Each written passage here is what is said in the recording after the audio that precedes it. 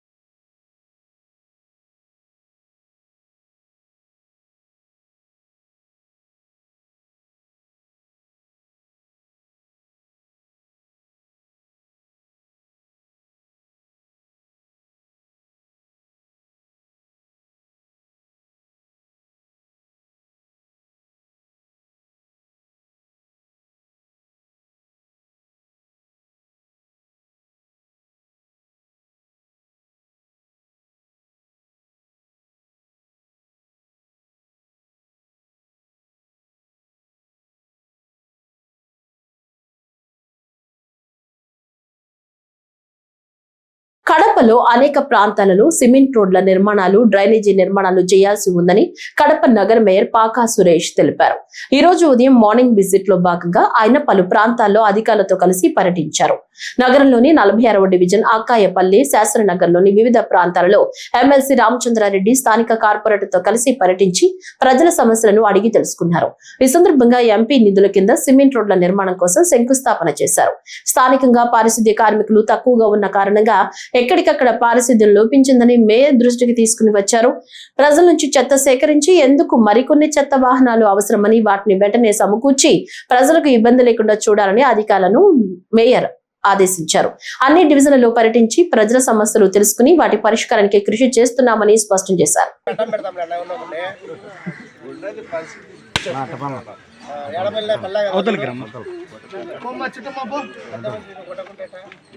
ఎప్పటి నుంచో రామచంద్ర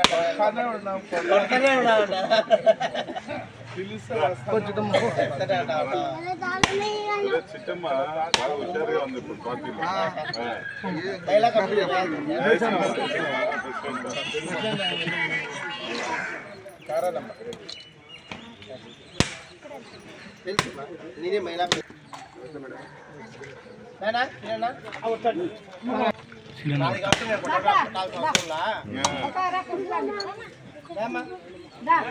శ్రీరంగంలో ఉన్నారు, మళ్ళీ ఆయన అడుగుతారు.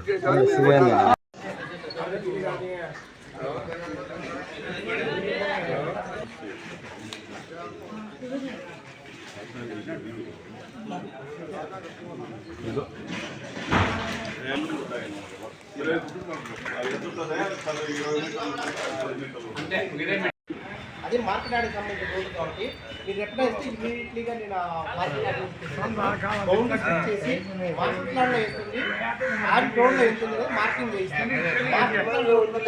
కడప జిల్లా ప్రజలు చూపించిన ప్రేమ, అభిమానం ఎప్పటికీ మర్చిపోలేనని ప్రముఖ హాస్య నటుడు అలీ సతీమణి జుబేదా అలీ పేర్కొన్నారు. ఈ రోజు ఉదయం కడప నగరంలోని ప్రఖ్యాత అమీన్ పెద్ద దర్గాను సందర్శించారు. అమీన్ పీర్ పెద్ద దర్గా వద్దకు చేరుకున్న ఆమెకు దర్గా ప్రతినిధులు స్వాగతం పలికారు. అనంతరం దర్గాలో ఆమె ప్రత్యేక ప్రార్థనలు నిర్వహించారు. ఈ సందర్భంగా దర్గా విశిష్టతను ఆమెకు తెలియజేసి చరిత్రను తెలిపారు. దాదాపు 15 సంవత్సరాల క్రితం కడపకు వచ్చానని, తర్వాత ఈ రోజు తన ఎగ్జిబిషన్ ప్రారంభోత్సవం కోసం కడపకు వచ్చానన్నారు. కడప జిల్లా ప్రజలు చూపించిన అభిమానం ఎప్పటికీ మరువలేనిదని స్పష్టం చేశారు. నేను ఒక 16 సంవత్సరాల క్రిందట వచ్చాను. అప్పుడు మా అత్తమ్మ గారితో కలిసి వచ్చాను. వచ్చి ఇక్కడ మంచిగా చూసుకొని మళ్ళీ ఆ అవకాశం ఇన్నాళ్ళకి వచ్చింది నాకు. ఇక్కడికి రాగానే నాకు చాలా కడపలో అందరూ కూడా కలిసి వాళ్ళ ప్రేమ, అసలు కడప నేను నా జీవితంలో మర్చిపోలేను. అంత నాకు ప్రేమ, ఆప్యాయత ఇక్కడ లభించాయి. అసలు మాటల్లో కూడా చెప్పలేను. ఈ 2 days కడప నుండే కాకుండా రాయచోటి అని పక్కపక్కన ఏ ఊర్లు ఉన్నాయో అందరూ కూడా వచ్చి నన్ను అంత ఆదరిస్తారు అని నేను అసలు కల్లో కూడా అనుకోలేదు. చాలా అంటే చాలా హ్యాపీ అనిపించింది. థ్యాంక్ యూ సో మచ్ కడపలో ఉన్న వాళ్ళందరికీ కూడా. ఇప్పుడు అయితే మేము అందరం వచ్చి ఇక్కడ దర్గాలో సందర్శించడం జరిగింది. ఇక్కడ చక్కగా అన్నీ వివరించి చూపించారు, అన్నీ ఎక్స్ప్లెయిన్ చేశారు. చాలా హ్యాపీ అనిపించింది. మళ్ళీ మళ్ళీ నేను కడపకి వస్తూనే ఉంటాను. థ్యాంక్ యూ సో మచ్ ప్రతి ఒక్కరికి. Thank you madam. दरगाह कैसा लगा मैडम आपको? दरगाह कैसा लगा मैडम? मैडम दरगाह कैसा लगा बोलो? దర్గా అయితే చాలా, అసలు 16 years బ్యాక్ చూసిన దానికన్నా ఇప్పుడు చాలా అంటే చాలా మారిపోయింది. చాలా బ్యూటిఫుల్గా అనిపించింది. చాలా ప్రశాంతంగా ఉంది. ఇంకా ఇక్కడే కూర్చొని చాలాసేపు ఉండాలి అని మేము ఇప్పుడే డిసైడ్ అయ్యాము. మేమందరం కూడా చాలా బాగా, మీరు నీట్నెస్ కానీ అన్ని సౌకర్యాలు ఇక్కడ మంచిగా ఏర్పాటు చేశారు. థ్యాంక్ యూ సో మచ్ మీ అందరికీ. తిరుమల విషయంలో తప్పు చేశామని తెలిసిన ముఖ్యమంత్రి చంద్రబాబు కప్పిపుచ్చుకునే ప్రయత్నం చేయడం చంద్రబాబు అహంకారానికి నిదర్శనమని ప్రొద్దుటూరు మాజీ ఎమ్మెల్యే రాచమల్ల శివప్రసాద్ రెడ్డి స్పష్టం చేశారు. ఇప్పటికైనా ప్రజలకు క్షమాపణలు చెప్పాలని డిమాండ్ చేశారు. కడప నగరంలోని వైఎస్ఆర్ కాంగ్రెస్ పార్టీ కార్యాలయంలో ఆయన మీడియాతో మాట్లాడుతూ, లేని తిరుమల లడ్డూపై జంతువుల కొవ్వు కలిసిందని, ఒకసారి తీరా విచారణ జరిగిన తరువాత విచారణలో ఎటువంటి జంతువుల కొవ్వు కలవలేదని తెలిసిన తర్వాత కల్తీ నెయ్యిని మరోసారి బాత్రూమ్ కడిగే కెమికల్స్ వాడారని, ఒక్కో ఒక్కోసారి ఒక్కో మాట మాట్లాడుతూ పాపాలను మూటగట్టుకుంటున్నారన్నారు. ఇప్పటికైనా మీరు కోరిన విధంగా సిబిఐ ఇచ్చిన తీర్పు నేపథ్యంలో చంద్రబాబు ప్రజలకు క్షమాపణలు చెప్పి తప్పైందని ఒప్పుకోవాలన్నారు. లేకుంటే రాబోయే రోజుల్లో దేవుడితో పెట్టుకున్న ఎవరూ బాగుపడలేదని, అంతకు అంత పాపాలు అనుభవించిపోతారని హెచ్చరించారు. స్వామివారి పట్ల అపవిత్రమైన మాటలు ప్రచారం చేసినాను, క్షమించు తండ్రి అని చెప్పి ఆ దేవదేవునికి క్షమాపణ కోరి ప్రజలకు వాస్తవ సత్యాన్ని చెప్పింటే కొంచెంలో కొంచెమైనా నీకు గౌరవం దక్కేది. అక్కడికి కూడా ఒప్పుకోలేను. 4 రోజులు 3 రోజులు 5 రోజులు గమ్మున ఉన్నావు, సోషల్ మీడియాలో అంతా వాంచి పారేస్తా అంటే 5-6 రోజుల తర్వాత మళ్ళీ తెప్పరిల్లి మళ్ళీ బీజేపీ అధ్యక్షుని పిలుచుకొని, పవన్ కళ్యాణ్ని పిలుచుకొని, మీ భజన పరులు పిలుచుకొని, మీ పచ్చమూక పత్రికలు పిలుచుకొని మళ్ళా కుట్రకు తెరదీసి మళ్ళా మొదలుపెట్టినావు. ఏమని మొదలుపెట్టినావు? ఇప్పుడు జంతువుల కొవ్వు అనాలే, కల్తీ అంటున్నావు. ఇప్పుడు కల్తీ నెయ్యి అంటున్నావు.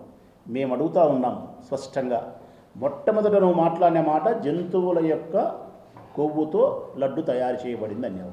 ఇప్పుడు జంతువుల యొక్క కొవ్వుతో లడ్డు తయారు చేయలేదని సిబిఐ చెప్పిన తర్వాత అందుకు క్షమాపణ చెప్పాల్సిన బాధ్యత నీపై ఉందా లేదా?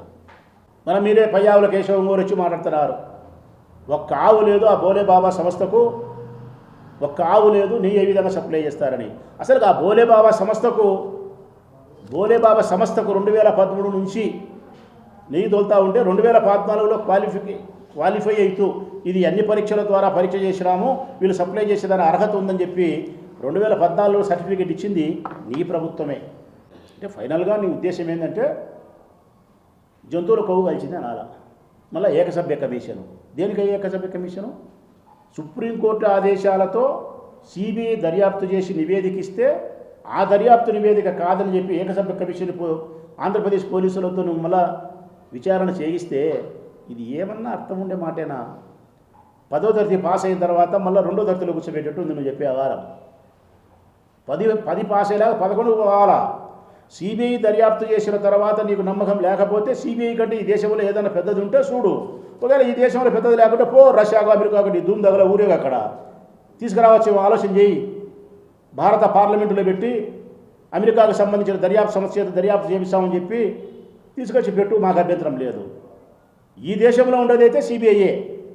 సిబిఐ దర్యాప్తు చేసిన తర్వాత మళ్ళా ఆంధ్రప్రదేశ్ ఏకసభ్య కమిషన్ ఏందే నాకు తెలియకడుగుతా. నీ ఎవ్వరికైనా మనిషికి అనేది అంతరాత్మ సాక్షిగా ప్రమాణం చెయ్యి అని అంటుంటారు మా వాళ్ళు కూడా. నేను అడగను నిన్ను. కారణం ఎందుకంటే అంతరాత్మ సాక్షిగా ప్రమాణం చేయాలంటే ఆత్మ ఉండాలా. మనకు ఆత్మే లేకపోతే ఇంకా అంతరాత్మ ఏం చూస్తారు స్వామి? నీకు ఆత్మే లేదు. నీకు ఆత్మే లేకుండా అంతరాత్మ సాక్షిగా ప్రమాణం ఎట్లా చేస్తావు? ఒకవేళ నేను చెప్పింది అబద్ధం అనుకుంటే నీకు చక్కటి ఉదాహరణ చెప్తా. వానమ్మ ప్రపంచంలో ఎవరైనా సరే పెరుగు అమ్మాలంటే పాలు ఉండాలా. పెరుగు అమ్మాలంటే పాలు ఉండాలా. నీ హెరిటేజ్ కంపెనీలో పాలే లేకుండా పెరుగు అమ్మినావు నువ్వు. పాలే లేకుండా పెరుగు అమ్మినావు నువ్వు. ల్యాబ్ రిపోర్టు చేసి నీకు ₹1,00,000 జరిమానా ఇచ్చినారు. నీ హెరిటేజ్ కంపెనీకి ఏమని? నాణ్యతా ప్రమాణాలు పూర్తిగా లోపించినాయి, ఇది పెరిగే కాదు అని చెప్పి జరిమానా వేచే ₹1,00,000 జరిమానా కట్టినావు. మరి జరిమానా కట్టామంటే అర్థమేమని? తప్పు చేసినానని చెప్పి ఒప్పుకోవడం. నీ హెరిటేజ్ కంపెనీలో పాలు లేకుండా పెరుగు అమ్మినావు. పాలు లేకుండా పెరుగు అమ్మిన నా కొడుకు ఈ భూమండలంలో నువ్వు తప్ప ఎవరుండరు.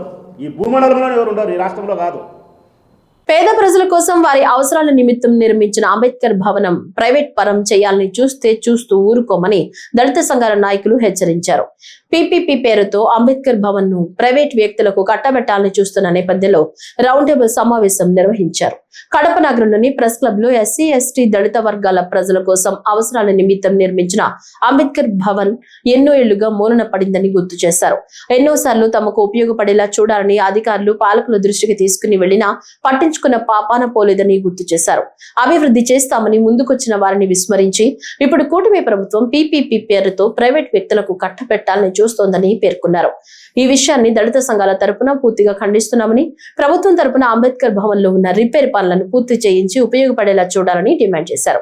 లేని ఎడల రాబోయే రోజుల్లో పెద్ద ఎత్తున ఉద్యమాలు చేస్తామని హెచ్చరించారు.